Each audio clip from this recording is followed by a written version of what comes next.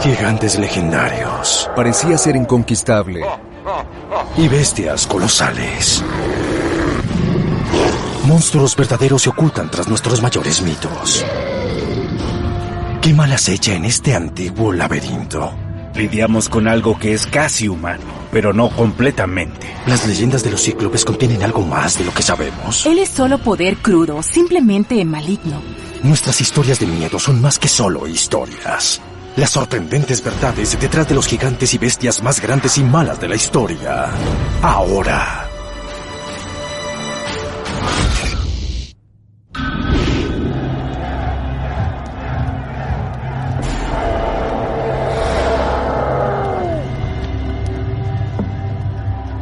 Nuestro primer misterio se remonta 3000 años a uno de los gigantes más infames de la historia. ¿Fue Goliat una persona real? Y de ser así, ¿cómo llegó a ser tan grande? Las pistas podrían estar enterradas en los relatos bíblicos de este épico duelo. El reino de Israel y los filisteos están en guerra por la fe y por el territorio. Los filisteos creen tener una ventaja.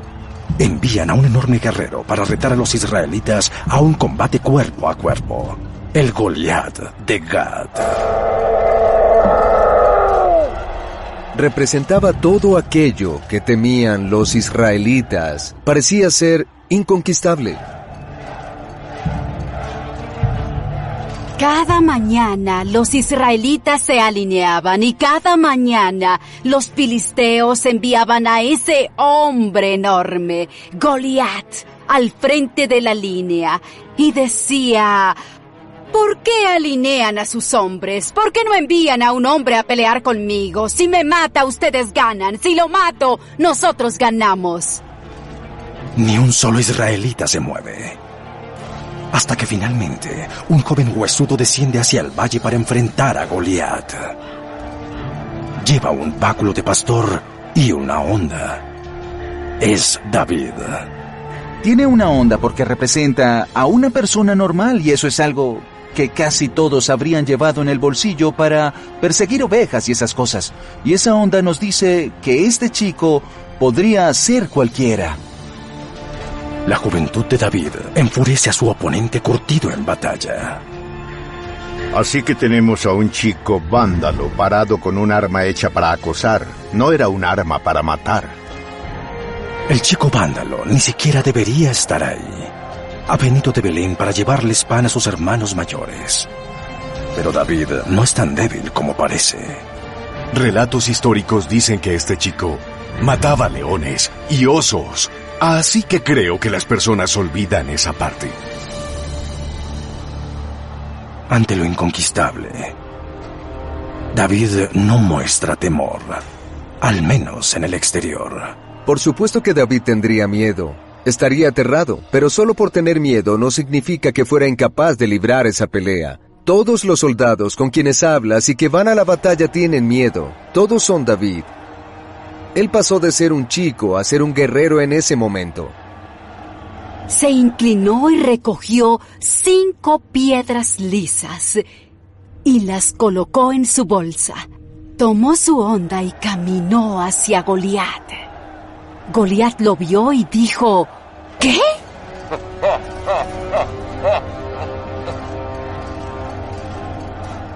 De hecho, era insultante. ¿Qué están enviando? ¿A un joven desarmado y sin alguna protección contra mí?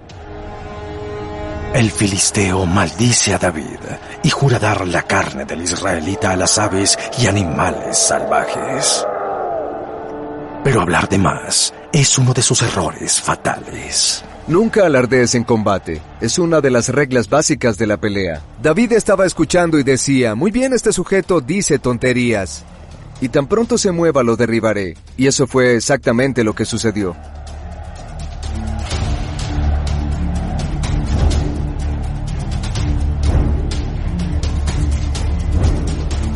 Puedes tomar una piedra de 110 gramos y una honda puede arrojarla a 322 kilómetros por hora. Es como un látigo. Cuando azotas un látigo oyes ese sonido y es porque la punta del látigo se mueve más rápido que el sonido. Es una explosión sónica. Rompe la barrera del sonido. Esa piedra puede golpear a gran velocidad y con mucha fuerza. Según la leyenda, solo se requirió un disparo para derribar al gigante. Pero para Goliat, lo peor está por llegar. Lo mata con su propia espada, para añadir insulto a la herida, y luego busca a su familia y la mata. David es considerado alguien que escribe poesía y toca flauta, o algo así. Él era un asesino. En la Biblia, David se convierte en un rey y profeta.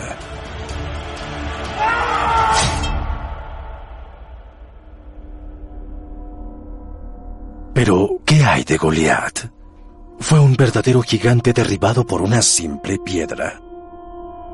Un vistazo más de cerca a los detalles históricos brinda información poderosa sobre esta antigua pregunta. Según los pergaminos del Mar Muerto, Goliat medía 4 codos y 1 palmo. Son 2 metros. Muy alto para los estándares modernos, pero gigantesco hace 3000 años. Nos hemos vuelto más grandes por la nutrición. En el tiempo de David, la altura promedio tendría que estar cerca a los 1,52 metros. Unos 60 metros, para ser exactos. Lo gracioso sobre Goliat es que tiende a crecer con la historia. Versiones posteriores de la Biblia lo describen como de 6 codos y 1 palmo, casi 3 metros de altura. Podría parecer imposible, pero ¿lo es? Si Goliat fue real, existe una condición genética que podría explicar su altura. Es llamada gigantismo o acromegalía. Y ocurre cuando se forma un tumor en la glándula pituitaria y produce un exceso de hormonas del crecimiento. Robert Wadlow, el hombre más alto registrado, con 2,72 metros, sufría de gigantismo. El luchador André el Gigante lo padecía. Y algunos creen que el presidente Abraham Lincoln, con 1,93 metros, también. Se erguía sobre sus contemporáneos, que promediaban 1,68 metros.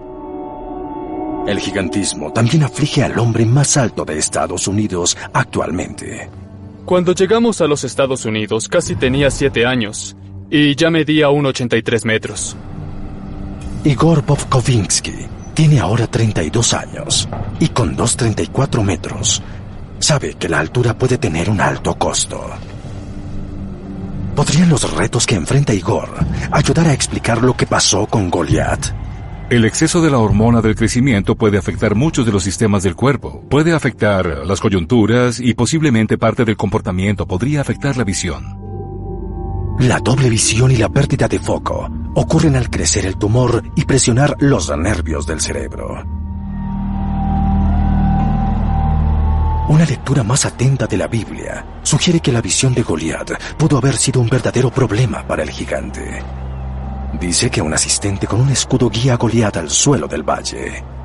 ¿Por qué un guerrero tan feroz necesitaría ayuda, a menos que tuviera problemas para ver? Para algunos es una pista de que sufría de gigantismo. La Biblia también describe cuán lentamente se movía. Una vulnerabilidad que podía provenir de las coyunturas debilitadas, otro síntoma de esta enfermedad. Pero, ¿existe alguna prueba física de que Goliat existió? En 1979, arqueólogos desenterraron una tumba cerca del Jericó moderno, en la ribera occidental, no lejos de la supuesta ciudad natal de Goliat. Gat tenía escrito el nombre Goliat. Dentro estaba el esqueleto de un hombre de 1,88 metros, que no concuerda con la altura registrada en los pergaminos del Mar Muerto, pero está cerca. Hasta ahora nadie ha podido asegurar que el esqueleto alto que hallaron sea el del verdadero Goliat. La batalla de David y Goliat contiene una verdad esencial que trasciende la importancia de hallar pruebas físicas de que el gigante existió. Lo que importa es la historia. Es una historia humana que amamos. Con una pequeña piedra podemos cambiar el mundo. Podemos derribar al gigante.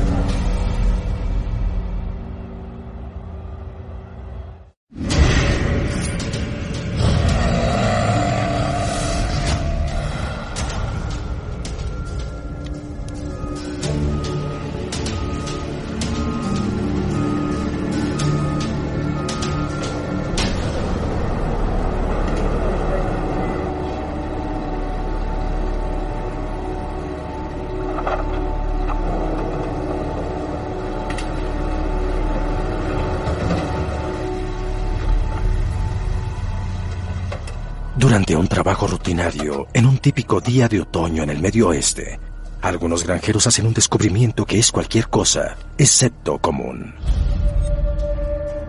Un enorme cráneo, con lo que parece ser una sola cuenca ocular, justo en medio de la frente. Los antiguos griegos recolectaban fósiles como estos y creían que contaban una historia sobre monstruos enormes. El esqueleto parecía muy humano, pero más grande y un poco extraño. Y lo siguiente es que, barabim, barabum, tienes un cíclope. ¿Es este cráneo prueba arqueológica de que una de las criaturas más famosas y temidas de la historia, el cíclope, era real? Los cíclopes eran gigantes feroces comedores de hombres que solo tenían un gran ojo en el centro de la frente. Son los herreros de los dioses. Son quienes trabajan bajo los volcanes. Eso explica por qué todo ese fuego sale de los volcanes. Hicieron el casco de invisibilidad de Hades. Hicieron todas las armas y herramientas. Las leyendas de los cíclopes están vinculadas a los antiguos griegos y cobraron vida en relatos como la Odisea, escrita por un poeta llamado Homero. En esta historia, un héroe llamado Odiseo guía a sus hombres hacia una cueva, donde se desata un infierno cuando un pastor con un solo ojo llamado Polifemo regresa de sus campos con apetito. Polifemo llega y de inmediato toma a 2 de los hombres y se los come como bocadillos, porque son sabrosos. Odiseo y sus hombres toman un palo enorme y lo afilan en un extremo y luego se esconden. Cuando el gigante regresa de nuevo, se come a un par de hombres, pero esta vez Odiseo habla con él y le dice: «Bien, ¿quieres un poco de vino?».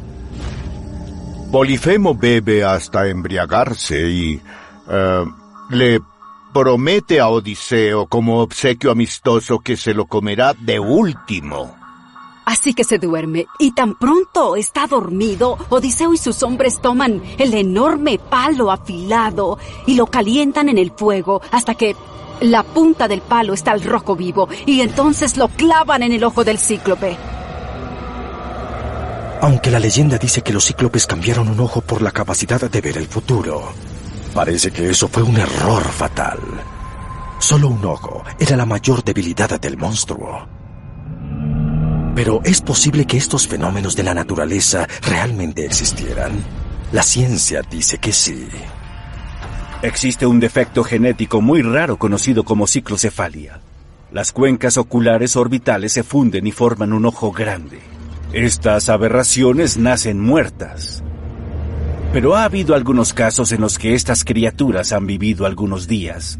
Eso podría darle vida a la mitología de los cíclopes. Esa es una explicación, pero podría haber otra. Tal vez haya una pista en su supuesta ocupación, trabajando bajo los volcanes, haciendo armas. Los herreros que trabajan en las forjas usualmente se cubren un ojo con un parche para que las chispas y llamas no destruyan ambos ojos. Así que creo que muchos debieron tener un solo ojo. Pero eso no explica el descubrimiento de fósiles como este. Tiene al menos 3 millones de años y perteneció a una inmensa criatura que medía 2,74 metros de altura y pesaba 5.443 kilos. Para los griegos antiguos, huesos como estos demostraban que los cíclopes eran reales.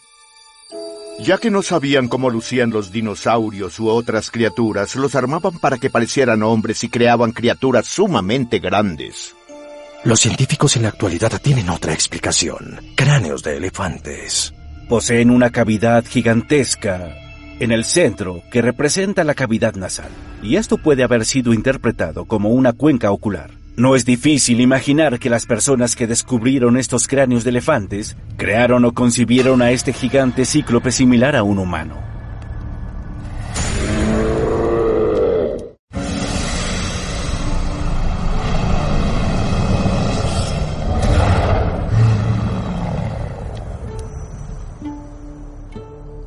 En Grecia existía un monstruo parte humano y parte toro, que supuestamente cazaba y devoraba a niños desafortunados.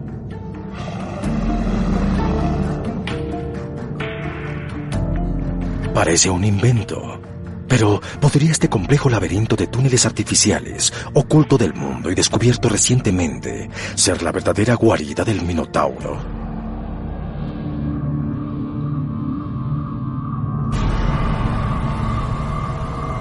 Creo que lo que nos asusta del Minotauro es que lidiamos con algo que es casi humano, pero no completamente. Él es solo poder crudo, simplemente maligno. El mito del Minotauro comienza con el dios del mar, Poseidón, quien envía un magnífico toro blanco como símbolo de aprobación al rey Minos. Este gobernaba una sociedad avanzada en la isla griega de Creta, que ahora llamamos los minoicos. Poseidón le dijo al rey Minos que sacrificara el toro, pero el rey no podía separarse de un premio tan valioso. Mala idea. Como castigo porque Minos no sacrificó al toro, Poseidón hizo que Afrodita arrojara un poderoso hechizo de amor a la esposa de Minos, quien se enamoró de este toro. Ella le pidió a un trabajador de la familia que construyera un traje de vaca mecánico para poder hacerlo con este toro. 9 meses después dio a luz a un bebé mitad hombre, mitad toro. Era un minotauro. ¿Qué podría hacer Minos con este indomable y voraz hijastro? Ocultarlo y atraparlo. El rey ordena la construcción de un laberinto para albergar a la bestia. Una vez atrapada adentro, se alimenta con una dieta constante de sacrificios humanos de Atenas. Él llama a estos sacrificios tributos. Y si esto suena familiar, es porque es parte de la inspiración para los Juegos del Hambre. En la mitología griega, Teseo, el mayor héroe de Atenas, se ofrece para matar al Minotauro. Su padre, el rey Egeo, le da a Teseo su espada para matar a la bestia.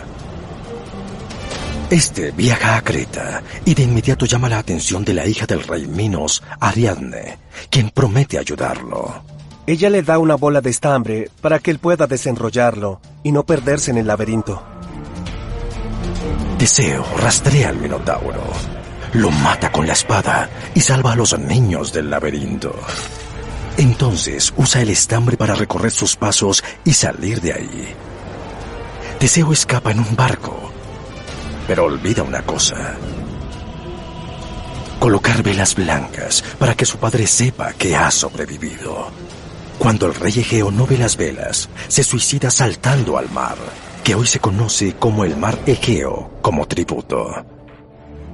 Teseo va a casa para tomar el control del reino de su padre, porque en Grecia las historias tienen que terminar con un hijo que toma el control de la tierra de su padre. Hay al menos un grano de verdad detrás de cada mito, y algunas bases de realidad tras las bestias gigantes que los habitan. Es imposible aparear a un humano con un toro, así que, ¿qué pudo haber inspirado al Minotauro? Algunos creen que lo que estaba atrapado en el laberinto podía ser en realidad el hijo humano nacido del romance de la esposa del rey Minos. Un hijo bastardo por el cual creó una compleja historia y así ocultarlo. Otros creen que podría ser solo el símbolo de uno de los muchos cultos populares en el Mediterráneo en la época, algunos de los cuales requerían verter sangre sobre los iniciados, mientras que otros eran aún peores. Los minoicos practicaban un ritual que requería el uso del tótem de un toro. Tenía su nombre con cabeza de toro. Se ha sugerido que hubo sacrificios humanos relacionados con esto. Todo esto genera una pregunta. Si el Minotauro se basa en un chico prisionero o en víctimas de un ritual sangriento, ¿pudo haber existido también el laberinto? Los arqueólogos han creído desde hace mucho que la leyenda fue inspirada por un patrón retorcido de salones en el palacio de Knossos, el centro político de los minoicos, para quienes los toros eran sagrados. Pero ahora, a 48 kilómetros de Knossos, cerca de la antigua ciudad cretense de Gotrin, fue descubierto recientemente un complejo grupo de cuevas. Algunos creen ahora que esta es la base real para el laberinto y la leyenda del Minotauro. En verdad es un gran laberinto de salones y corredores. Tiene 10 o tal vez 12 kilómetros de largo. Son unos 12 kilómetros. Los espeleólogos creen que este lugar fue construido para un gran propósito. Yo creo que excavaron las piedras para dejar al Minotauro adentro.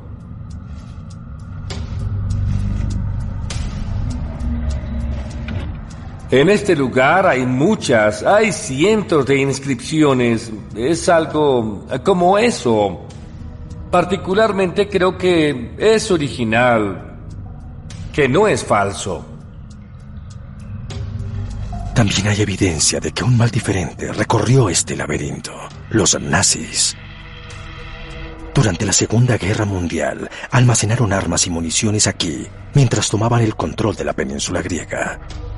Cuando los nazis finalmente evacuaron Creta en 1945, hicieron volar gran parte de sus cúmulos de municiones, pero dejaron estos mortales recuerdos atrás.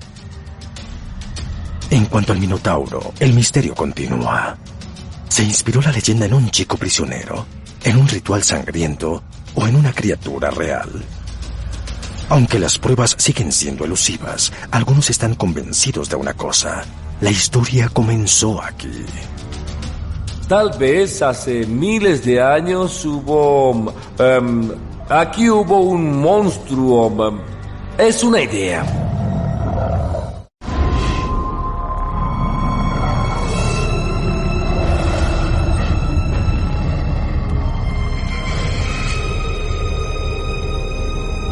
Por miles de años han existido relatos de una bestia compuesta por nuestros mayores temores, que acecha a las mujeres y asesina a bebés.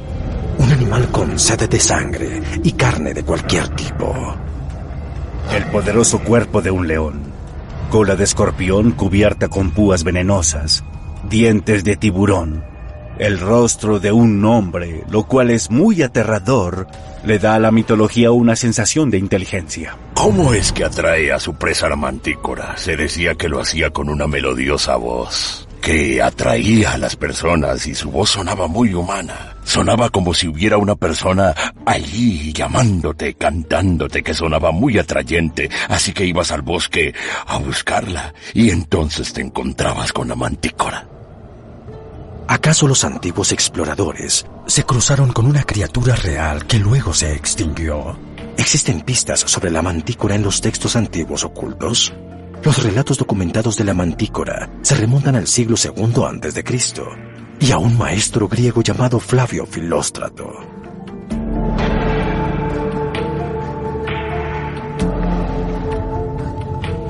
Mientras los cazadores se reúnen en la polvorienta noche, escuchan silbidos apagados. Con sus armas listas, los cazadores sienten sus latidos acelerarse. Solo un cazador logró regresar. Nunca vio a la mantícora con sus propios ojos, pero sus colegas cayeron uno por uno.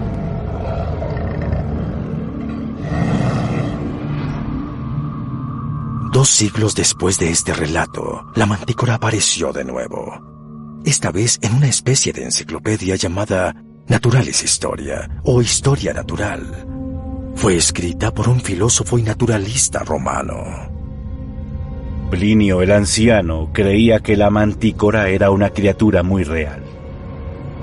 Su antiguo texto podría contener las pistas de la existencia de la mantícora y su muy real origen. La enciclopedia contiene descripciones de criaturas vistas por exploradores durante la expansión imperial de Roma. Se contaban muchas historias antes de que existiera la fotografía o los equipos de grabación, así que había que interpretarlas, todas esas historias. Y eso es básicamente la mantícora. Hay muchas bestias y bestiarios diferentes que contienen criaturas que personifican diferentes aspectos de animales. La pregunta es, ¿cuál podría ser la base real de estas extrañas criaturas? La verdad tras la historia de la mantícora es el tigre de Bengala, una bestia realmente aterradora, comedora de hombres y peligrosa que vive en India, como dice la historia. La caza de tigres era importante, era el deporte de los reyes, el salir allí y poder cazarlos. Cuando los primeros exploradores vieron a un tigre, buscaron las palabras correctas para describir a estas aterradoras criaturas. Los adjetivos no ayudaban mucho. Tenían que describirlo comparándolo con otra cosa, por ejemplo, el hipopótamo. Pensamos que es una cosa grande y gorda, pero significa caballo de río. Algún griego que vio una de esas cosas pensó que era más un caballo que cualquier otra cosa. La mantícora podría basarse en reportes reales, o tal vez sea solo el producto de la imaginación de un narrador. Un adagio de la narrativa dice que, si quieres contar una buena historia, tomas dos cosas familiares y las combinas de modo extraño. La persona que escucha puede imaginar esas dos cosas juntas y decir, ¡cielos, es fascinante, cuéntame más! La pregunta que todos hacen cuando oyen una de estas historias ¿es cierto o no lo es? La única respuesta real es sí. Es cierto y no lo es. Eso lo vuelve muy interesante, nos hace sentir escalofríos.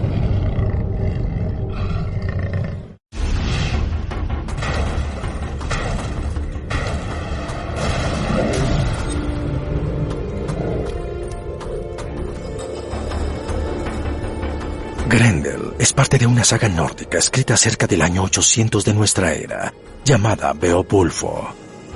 Es una historia del héroe contra el villano que refleja la época en la que fue escrita. Pero, ¿qué revela exactamente este cuento legendario que enfrenta hombre contra bestia sobre la cultura de los guerreros germanos?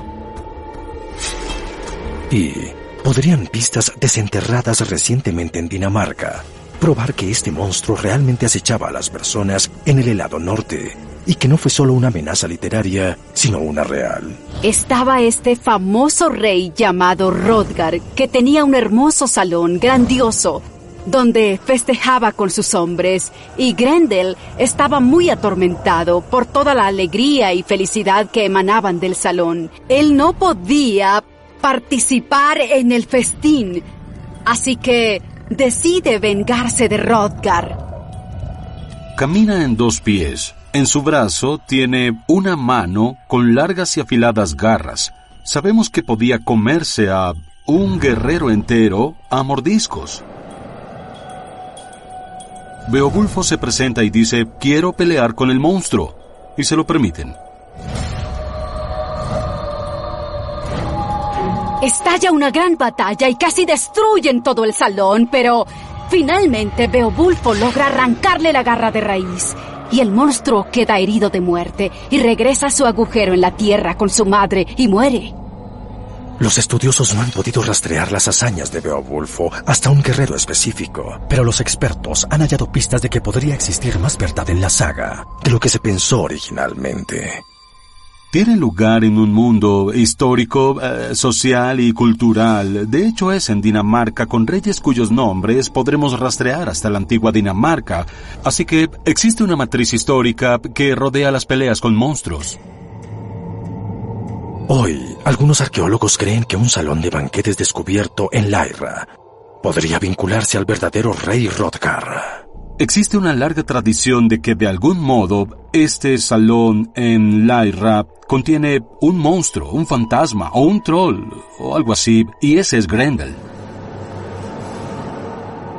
Los arqueólogos descubrieron que la monarquía danesa abandonó el salón y construyó otro a 500 metros. ¿Pero por qué? Algunos creen que los daneses intentaban distanciarse de un enemigo mortal, pero tal vez no era un monstruo en el sentido más literal. Grendel pudo estar basado en una enfermedad que apareció y las personas realmente no sabían cómo explicarla, así que la antropoformizaron en un monstruo que aparece. Enfermedades como la lepra y la tuberculosis eran rampantes cerca del año 800 de nuestra era, y las nuevas enfermedades son monstruos con los que aún peleamos hoy. Los países en desarrollo tienen una gran extensión de las enfermedades contagiosas. Aún le atribuyen las enfermedades a fuerzas monstruosas. Vemos que esto ocurre con la expansión del ébola. Algunos expertos creen que Grendel no es solo un símbolo literario o una representación de una enfermedad mortal, sino que se basa en otro misterioso gigante que una vez recorrió la Tierra. Muchos criptozoólogos creen que los relatos de Grendel se relacionan con los avistamientos modernos o las descripciones de cosas como Sasquatch, Pie Grande y el Yeti. De hecho, hubo criaturas humanoides gigantes que vivieron en nuestra historia fósil hace cientos de miles de años. Si nos queda incluso un recuerdo cultural de coexistir con estos gigantes, explicaría muchas de las leyendas de gigantes. Creo que es una especie de memoria evolutiva de cosas muy grandes a las que debes temerles. Y tuvimos que hallar algún modo de ponerlas bajo control, y creo que un modo de hacerlo es crear estos mitos sobre monstruos.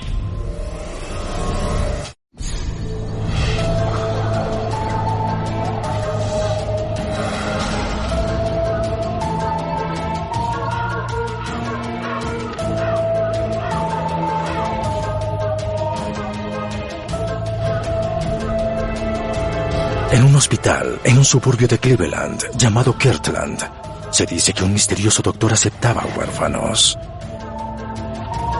Pero deseaba lo mejor para ellos.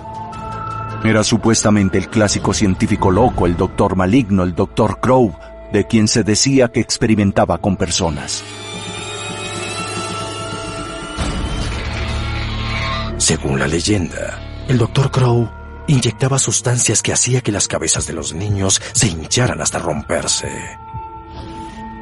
Los experimentos crearon una raza de mutantes voraces, conocidos como cabezas de melón, de quienes se decía que acechaban en el medio oeste, desde Ohio hasta Michigan. Un científico loco creó una pandilla de bestias feroces. La respuesta tiene algo que ver con un verdadero doctor nazi, conocido como el Ángel de la Muerte. Los cabeza de melón son descritos como criaturas diminutas, calvas, con enormes cabezas bulbosas, grandes ojos brillantes y cuerpos minúsculos. Ver esa forma en la oscuridad sería realmente aterrador. Según la historia, recurrieron a la endogamia y cazaban e incluso se comían a cualquier persona o animal lo bastante tonto para aventurarse cerca. Las personas juran que los han visto hacer cosas como comerse a otros niños o comer animales, atacarlos y simplemente desgarrarlos. También hay otra versión de la historia en la que los niños con quienes trabajaba el Dr. Crow nacieron deformados, con una condición llamada hidrocefalia. La cavidad craneana se llena de fluido y hace que el cráneo se expanda y resulta en una cabeza gigante y deformada. La presión del fluido hace que el cerebro se aplaste y esto cause algún tipo de daño. Se estima que la hidrocefalia afecta a entre 2 y 5 niños de cada 1000 nacidos. Rara, pero profundamente perturbadora cuando ocurre. Los humanos sentimos un temor instintivo o una incomodidad ante los defectos congénitos. Creo que es un reflejo de nosotros mismos. En la versión de la historia en la que los niños nacen deformes, las personas son crueles y se burlan de ellos, cuyos fantasmas luego acechan en los bosques para siempre buscando venganza. Este es un ejemplo de cómo nosotros, como personas, creamos un monstruo. Vemos algo que es extraño para nosotros. No lo entendemos. Le tememos porque no lo entendemos. Y luego construimos una mitología alrededor de eso. Aunque la hidrocefalia es real, la leyenda de un doctor loco llamado Dr. Crow y los huérfanos cabeza de melón en los bosques podría no serlo. No hay fotografías ni evidencia física, solo la leyenda. Pero aún hay una base histórica para esta historia. Un hombre real en el que probablemente se basó el Dr. Crow. Los experimentos de Joseph Mengele y otros doctores nazis tuvieron que haber contribuido con esto. En 1943, Joseph Mengele comenzó a realizar experimentos en niños y otros prisioneros en el campo de concentración de Auschwitz, infectándolos con tifus y otras enfermedades para probar los límites de su inmunidad. Cuando los horrores del Holocausto comenzaron a hacerse públicos después de la guerra, comenzamos a ver este personaje del Doctor Loco, que surge en gran parte por las revelaciones del Holocausto. Los cabeza de melón tocan muchos de nuestros temores. Nuestro profundo temor a los bosques, a los defectos de nacimiento, a la mala medicina y a la ciencia en general. Amamos la ciencia por todo lo que nos da, pero al mismo tiempo desconfiamos de ella. A menudo pensamos que está haciendo algo que podría dañarnos. ¿Qué podría ocurrirnos si las cosas salen mal? Si alguien nos quisiera modificar, ¿podríamos convertirnos en monstruos también? Es una parte central del temor que sentimos por estas criaturas.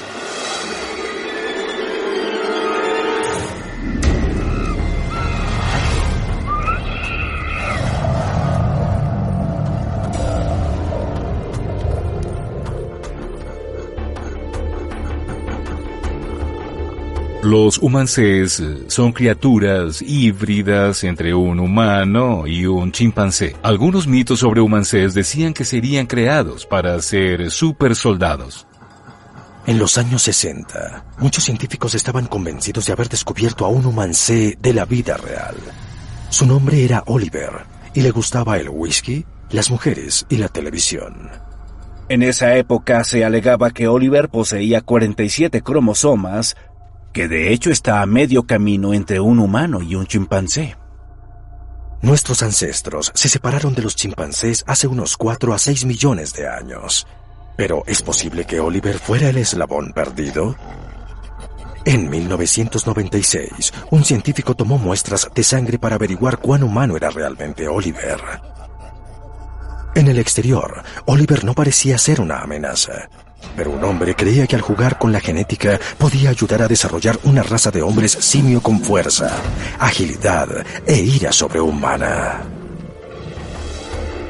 En los años 20, el líder soviético Joseph Stalin supuestamente acudió a un científico para crear un poderoso ejército de humancés.